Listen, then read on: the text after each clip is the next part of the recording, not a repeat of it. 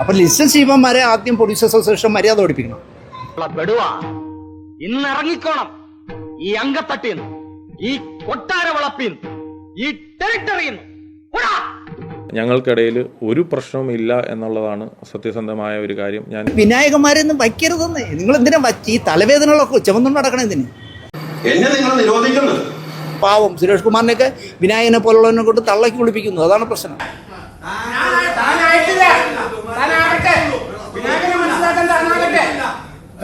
നിങ്ങൾ ഈ തലവേദനകളെ ചുമക്കുക, അവന് കോടികൾ കൊടുത്തിട്ട് പടം പൊളിയുമ്പോൾ ഇരുന്ന് ചീത്ത വിളിച്ചിട്ട് ഒരു കാര്യമില്ല. ഈ ആളിയന് പഴയതിന് ഒരു മാറ്റവും ഇല്ല കേട്ടോ. ഷൂട്ടിങ്ങിന് ഒരുങ്ങി നിന്റെ അച്ഛന്റെ പടത്തിൽ ചെയ്താൽ മതി എന്ന് പറയണ്ട. ഞാൻ കൃതാർത്ഥനായി രാമേന്ദ്ര. അത് പറയുന്നില്ല പ്രൊഡ്യൂസേഴ്സ്, അതിനുള്ള ചങ്കൂറ്റമില്ല. കഴിഞ്ഞ വർഷം വന്ന പ്രേമലു പോലുള്ള ഒരു പയ്യ, അതിലൊരു പുതിയ പയ്യല്ലേ അഭിനയിച്ചത്. എല്ലാവർക്കും എന്നെ മതി. പുതിയ ആളുകളെ കൊണ്ടുവന്നേ. അവൻ 3 പടം കഴിയുമ്പോൾ 5 കോടി ചോദിക്കുമ്പോൾ അവനെ കട്ട് ചെയ്യണം. പുതിയ ആളുകളെ കൊണ്ടുവരണം. മോഹൻലാൽ 30 കോടി ചോദിക്കുന്നെങ്കിൽ നിങ്ങൾ വയ്ക്കണ്ട. അത് പറഞ്ഞപ്പോ നീ എന്തിനാ ഞെട്ടിയത്? 10 ദിവസം പടം ഇല്ലാതെ വീട്ടിൽ ഇരുന്ന ഇവനെല്ലാം വരച്ച വരി വരും.